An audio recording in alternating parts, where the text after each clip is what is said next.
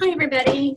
Tracy here with you. I'm really sorry that we're not going to be able to meet together live on Wednesday night during our normal Zoom meeting. As I think you probably know by now, I'm obligated to represent the university at an event. So we're going to do a pre-recording this time and hopefully get you the same information. And of course, if you have questions after viewing this video, do not hesitate to either call me or email me. I'm more than happy to help and assist. So let's get right to it today. So the first thing that I want to talk with you guys about are your assignments for this week and kind of walk you through them. So hopefully you'll feel really comfortable with everything and what you're being asked to do. So we are in the midst of week 3, which runs November the 11th through the 17th. And specifically, we're going to talk about the roles that teachers play in our schools and how important it is that they have an understanding of curriculum, instruction, as well as assessment. So it's very important that we also think about, all of the things that we ask our teachers to do, but also those things that they need to do maybe outside of their normal classroom duties. So a lot of that includes observation, coaching, working together, collaborating, modeling, etc. So that's going to be our focus for this week. So you have, as you notice, here's our objectives. So let me just kind of open this real quickly for you. And you'll see you've got our introduction as well as a video. You only have one actual online reading this time. I'm sorry, it's actually 2, excuse me, as well as a couple of videos to watch. So if you would, make sure you take care of that important business. Sorry, see if my computer's going to cooperate here. There we go. The other thing that you're going to have to do is you will do a reflective response this week. So here are your various readings and materials, as well as the videos. Some of you have already done this, but we also get into and talk about Boyle's matrix and some other things. So don't forget to do this. It is going to be due by November the 17th. So important, good stuff that you've got to take care of. But the main thing that I wanted to spend some time on was talking to you about our case study for this week. So as a part of this case study, let me pull up the actual assignment here for you guys. Hang on, I'm going to have to stop sharing and switch screens. Just one second. Okay, let me go back to, sorry guys, let me just move this over so that I can share it with you. Okay, there we go. All right, so what you're going to do for this assignment is you're going to start off first by reading the blog post by Grant Wiggins entitled Guide Your Curriculum Mapping and Lesson Design. Then you're going to choose a standard. So if you want to choose the same standard that you did for unpacking the standards assignment, you're welcome to do that. Or if you want to choose a different standard, that's fine. But I would encourage you, whenever possible, to choose one of those standards that is something that you actually work with or will be beneficial and helpful to you. Because, ideally, I want you to be able to take these tools and to apply them in your jobs. So your standard can come from either Louisiana Believes, Common Core, the Texas Essential Knowledge and Skills, or any kind of a state standard. So it shouldn't be from your local curriculum. It should actually be a state level standard. Then using your template, unpacking a standard that we've already done before, you're going to look at the drafting template and you're going to brainstorm ideas to complete this whole thing. Okay, so you're going to choose your best ideas and do this piece, okay? Then from there, you're going to create a PowerPoint with either 14 to 16 slides that you answer these 14 questions. So there are questions here about curriculum mapping. So once you do the reading and all of that, it's really pretty simple. Like I said, you're just going to pull, the best standards and ideas. You're going to make sure that you answer these questions. So not too difficult, hopefully. But let me go back again. Hang on, let me see. Stop sharing again just for a minute. And I'm going to pull up now the assignment 2 instructions. Let's see, hang on, sorry guys. So here's the template. Sorry, gotta stop sharing again. Sometimes it gets a little bit confusing for all of us anyway. see, I don't think I'm sharing right now, am I? No, so here we go. Share. That's what I wanted to do. Okay. No, actually, that's not what I want to do. Sorry, guys. My apologies. Here it is. Got too many things open on my screen today. So the first part of what you're going to do, let me just do this one more time just to make sure you're seeing what I need you to see. There we go. Okay, so the first part that you're going to do, you can use the standard from your template that we've already done. Okay, you know, that one, that was just the one pager. Unpack the standard, walked through it in our last Zoom meeting. This time, you're going to do the same thing, only you're going to take it just a little bit further. So you're going to take that same standard, or if you choose another one, that's fine, and you're going to answer these questions. So what's going to be the first standard or goal? So that's going to go right here where it says established goals. So you're going to write out your actual standard right there. Then the transfer is, you should be able to answer 2 questions. Students will be able to independently use their learning too. So for example, if I'm going to teach my students main idea, my transfer would be, my students will be able to independently use their learning about main idea to successfully identify the main idea in 3 selected literary fiction pieces with 100% accuracy. Okay, so that's what transfer should be. Understandings are the things that you want your students to understand. So, for example, to understand main idea, you know, I may have to say that they need to understand, first of all, what is main idea? How do you go about determining it? How do you know if you have the right main idea? Those kinds of things, okay? So specific. So you're taking, again, it's almost like unpacking that standard so you kind of see the big picture of here's what we want them to learn. Then I'm going to break that down into meaningful pieces.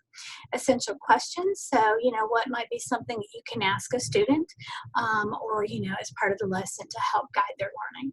Acquisition, so these are going to be the facts or basic things that you want students to know and how to recall them. So, for example, if I'm going to be doing teaching them algebraic reasoning, and I want them to solve for X, maybe part of what they need to know is they need to understand what variables are, they need to know how to add and divide, they need to know how to do the order of operations, etc. So those are going to be my things I put under acquisition.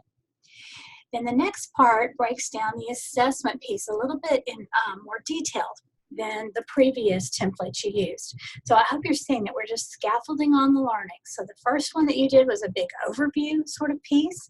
This really gets into very nitty-gritty kinds of details. So again, what's the criteria for my assessment? So, you know, what assessments are going to give you evidence that they were able to actually master this? And then, you know, is there something else? So, you know, I may decide to give a unit test, you know, on algebraic reasoning and where you have to solve for X, but I may also, as my other evidence, use student work samples or artifacts.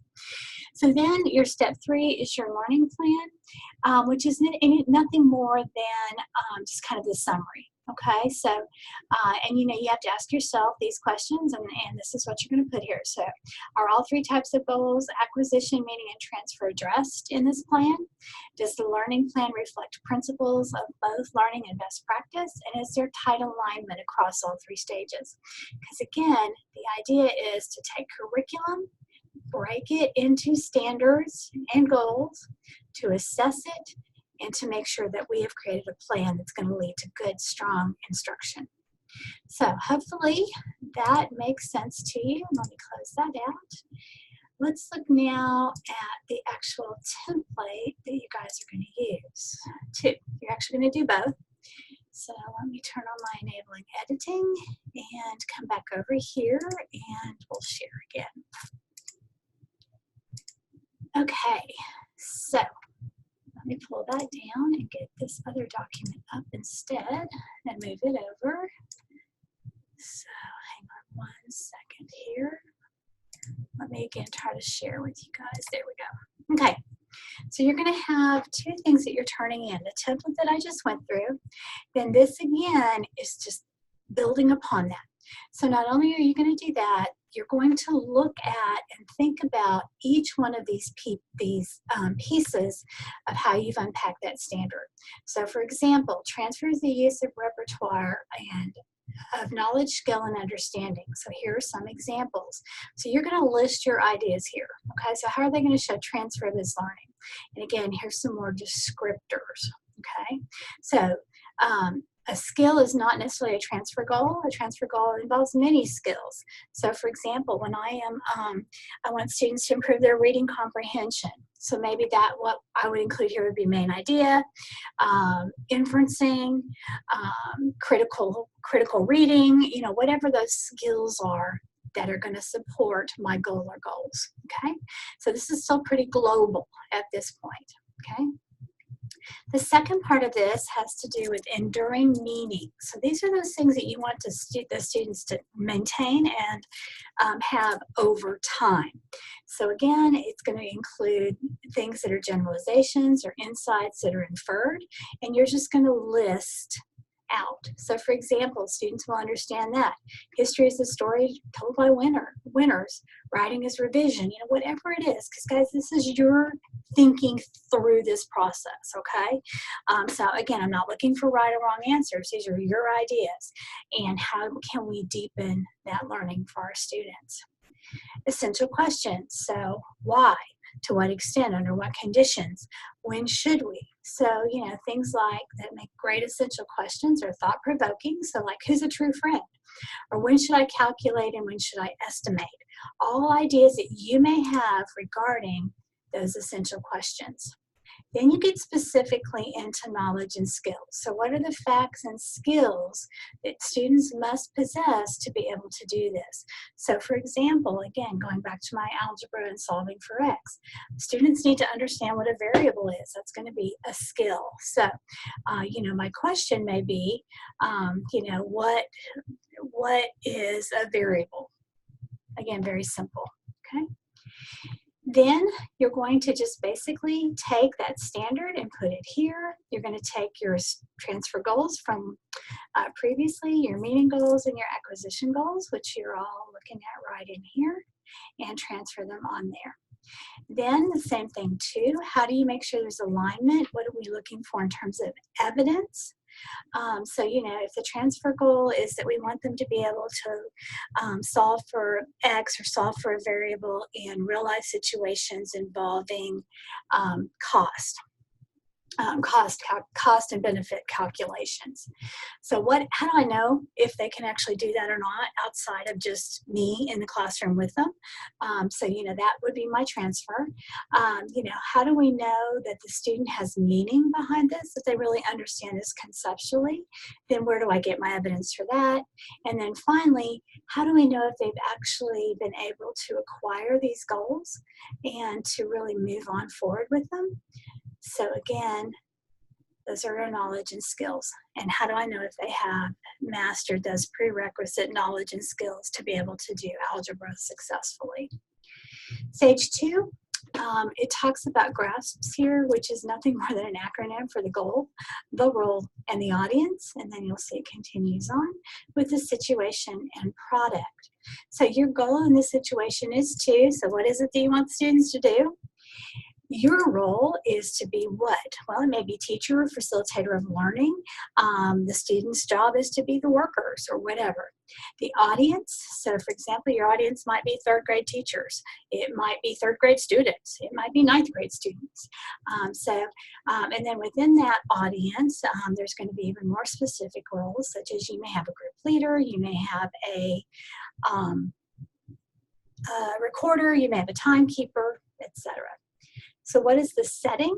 So, you know, where are we going to do this? We're going to do it in the classroom. What might be some barriers or problems within the classroom where we don't have enough base 10 blocks or something like that? What is the product? So what is it that you want the students to be able to produce as a result of their work? And then what are you going to use as how you judge? What are the standards you're going to judge this against?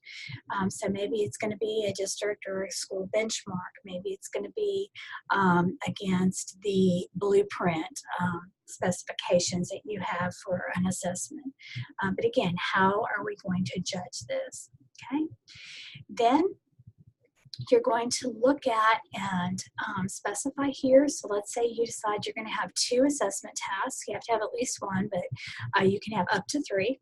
So my first one might be that I'm going to give a unit test. And so my criterion, so is it going to be, what are my criteria? So it's going to be something, is it accurate? Is it clear? Is it persuasive? It can be anything like this, okay? So my assessment task might be a unit test, and I'm going to look for reasoning. I'm going to make sure that it's clear. I'm going to make sure that it's accurate and that it's precise, okay?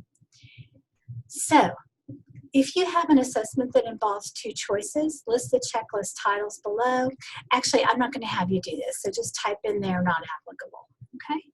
So then again, here is the learning plan broken down for you. So it's again, how do we make sure there's transfer through practice and feedback? How do we help students make meaning? And what experiences are we going to provide for our students to make sure that they attain specific knowledge and skills? So, like I said, it's not that difficult, probably a little confusing in that it may not be language you're used to using. But again, I'm not looking for a specific right answer. I just want you to think through the process and to make sure at the end of the day, everything lines up. So, if you've got a transfer goal that has to do with proportion, but your meaning goal has to do something with solving or parallel lines, obviously that's not aligned because we're talking about 2 different things. So like I said, don't freak out about this. Just kind of do your best to walk through it. And just like I always do, if you have questions or concerns, just of course, let me know and I'll be happy to support and assist you. You can even send it to me and I'll, kind of give you some feedback before you do your final submission. Okay, so that is what's going on in here. And don't forget, this is going to be due on November the 24th, okay? So again, not as hard as it may sound or seem at first glance. And once you start working with it, it really does kind of flow and make sense, okay? So those are the big sort of rock things that we've got to do this week. Hang on, sorry, there we go. Then also just to kind of give you a peek ahead, I've gone ahead and opened up all the other modules for you through the entire program, or through this entire session, excuse me. The only thing you won't be able to access is the final exam. It won't become available till December 2nd.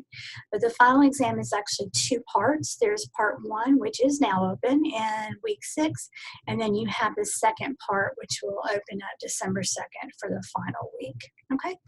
So hopefully that puts you a little bit at ease and gives you some idea of what's forthcoming and how you can walk through that. So now I just want to talk to you a little bit more about schooling by design. We're not going to take a ton of time on this because it's fairly lengthy. We'll actually go over this several times here in our class, but just to kind of get us started, let's talk about schooling by design.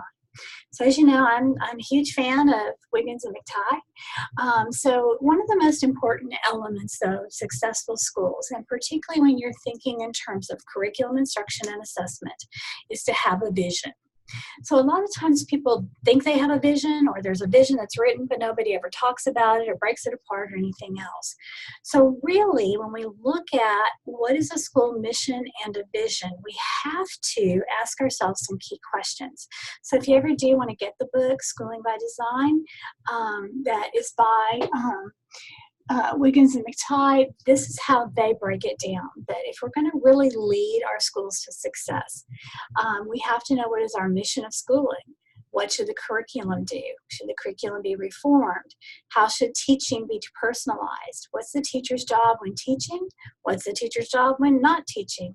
And then what is the job of an academic leader? So I'm going to walk you through all of those questions, here in the next week or 2. But like I said, this is really, per Wiggins and McTighe, how they view the whole process of schooling and the kinds of things we should be working on. So I like the fact that this little graphic here I think puts it into perspective really well. Because before anything can start, we have to be clear about what our mission is. What is it we are here to do? And I know when I was a principal, one of the things I talked all the time with my teachers about was the whole understanding that our core business was teaching and learning. And when we let ourselves get distracted and try to take on other things that were outside of that scope, we weren't being true to our mission. So it's really important that we have a good, solid mission, but most importantly, we actually know what it is and we follow it.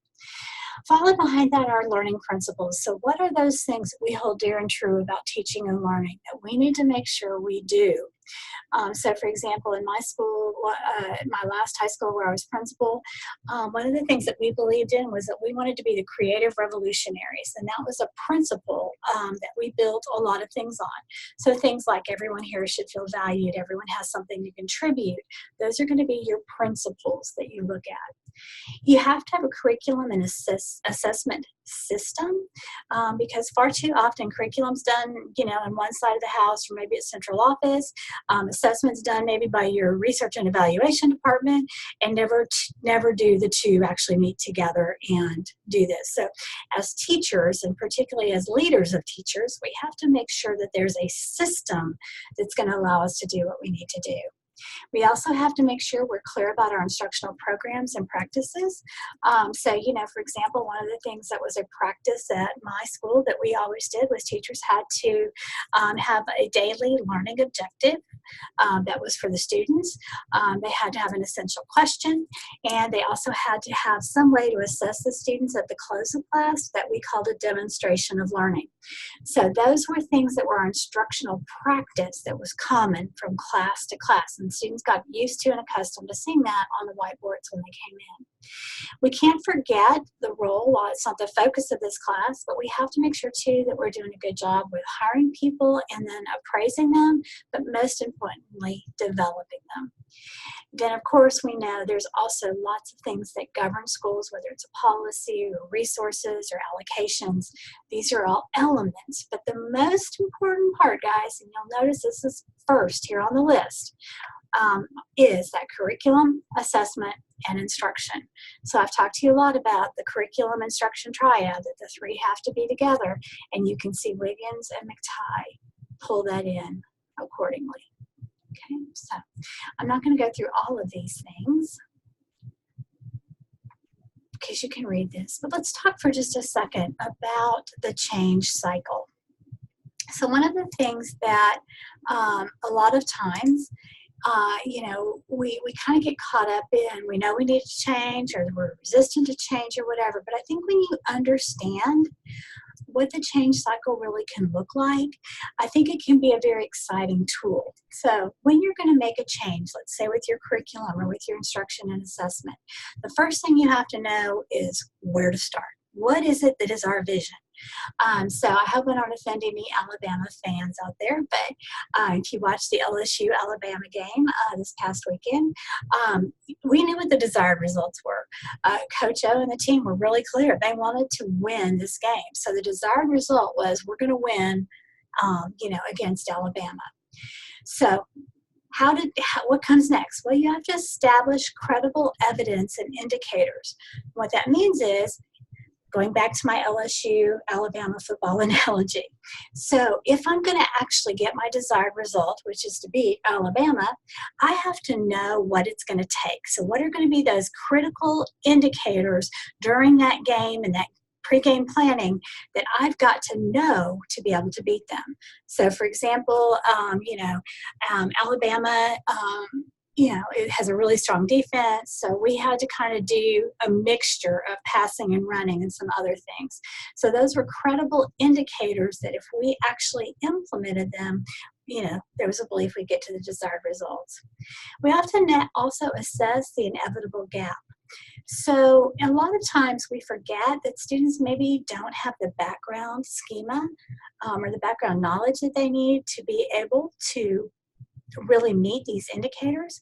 And so, for example, I read an interview with Joe Burrow, and he's talking a lot about, we knew we were weak here, so we do this all the time in practice to fill that gap. Same kind of idea within our schools. And we have to make sure that we have actions that are going to narrow, close that gap. So again, my football analogy, you're going to practice. And it's the same thing with our students when it's academic learning. We have to practice the things that we know are critical to getting to this desired result. Once we've done that, so again, it's like, here's the envisioning piece, here's the planning piece, here's the piece for reteach or remediation, here's actually the teaching part, and then after we're done, we have to have some demonstration of learning to be able to know whether or not our students were able to master and reach this desired result. And we have to really act on that feedback. So hopefully that kind of makes sense of why we're doing this work. Okay, and again, I'm not going to read all these quotes for you. But I think this is an important place to kind of talk about the fact too that very few teachers know how to construct a valid assessment. You should know how. You're not you're not a test maker. You're not a matrician who does this kind of stuff. But hopefully through some training and support from your school and your principal, you can learn how to actually have that valid assessment that goes against states, that goes with, excuse me, not against, state standards, your school's mission, and your program mission. Also, a lot of people think that the textbook is the syllabus. It's not. A textbook is a resource. So it's really important that, the textbook is a tool, just like you have lots of other tools, but it should not be the curriculum in what you do. We also are guilty of, particularly in our upper grades, of lecturing too much. And we don't really give our students time to actually learn the material. We just sort of throw it all at them and hope it sticks. And that's not how learning occurs for young people. Also too, we also have to have feedback, not only from our peers and our leaders and our administrators, but most importantly, we have to have feedback from our students and parents too, because otherwise we really don't have a good sense of, are we completing that circle and providing all of the information that's needed. Okay. We also know that there's lots of issues with grading. I could do a whole course on grading and all of the issues, but just understand there's not consistency, and very rarely do we see a strong correlation between a grade and a test score. I can give you a concrete example. When I was the principal at MacArthur High School in Irving, we had a young man who we believed was very bright. So he takes the PSAT and all of this, and the next thing I know, I'm getting this letter that he's going to be a national merit, semifinalist. He goes through the national merit semifinalist. He makes it to the finalist level, and he was actually named a National Merit Scholar, which is incredible because that is basically your free ticket to go to school anywhere you want to. However, I was really concerned because he probably wasn't going to graduate. And the reason he wasn't going to graduate was because he never came to class and he never did the work. Now, he could walk in and take any test and ace it with an A. But he clearly, SAT scores, ACT scores off the charts. He obviously knew the material. But because of our antiquated grading system, we were still grading him on attendance, seat time, did he do the busy work, homework that he was supposed to, instead of just looking at, has he mastered the content? And so, that's why, like I said, grades are highly suspect, even with the most diligent, caring, and compassionate educator, okay? So as we think about schooling by design, remember, there are things that we have no control over. So for example, we have no control. I would love it if I could just wipe out state assessments completely, but I can't. I have no control over that, so I just have to accept it. Now, there are things we can influence. So for example, if your district is really thinking about doing benchmark testing to prepare for that state level assessment, you can certainly have some influence into that. But the most important place are the things that we actually control, and this is the smart place to work. So while I can't take away state assessments, and I can maybe at best influence them, what I can do is make sure my kids are prepared, because I control the teaching and learning that occurs in my classroom on a daily basis. So again, it comes back to really understanding our mission and preparing kids for success no matter what they're doing, okay? So before we get any further into mission and vision, I'm probably going to go ahead and stop there for tonight, and we'll pick up right here with slide number 12, probably next week. And again, we're going to, obviously this is a very long presentation, but, we're not going to get through all of it, but that's okay because there are some strategic parts we can kind of skip. But like I said, vision and mission is where we'll pick up next week. So hopefully you guys feel pretty good about your next case study that's going to be due on November the 24th. And you're beginning to understand when we talk about schooling by design. So, as we prepare leaders, as we look at moving forward, and to ensuring that all of our students are as successful as they can possibly be, it's absolutely critical that we have a firm foundation on curriculum, instruction, and assessment, that we understand the importance of that mission and vision for our schools, and that it is all aligned so that we can teach for students to be able to transfer and use their learning in real world situations, that they have the skills and the facts and all of that they need to successfully complete their schoolwork, and that they're learning at that conceptual level as opposed to just the surface level or basic facts.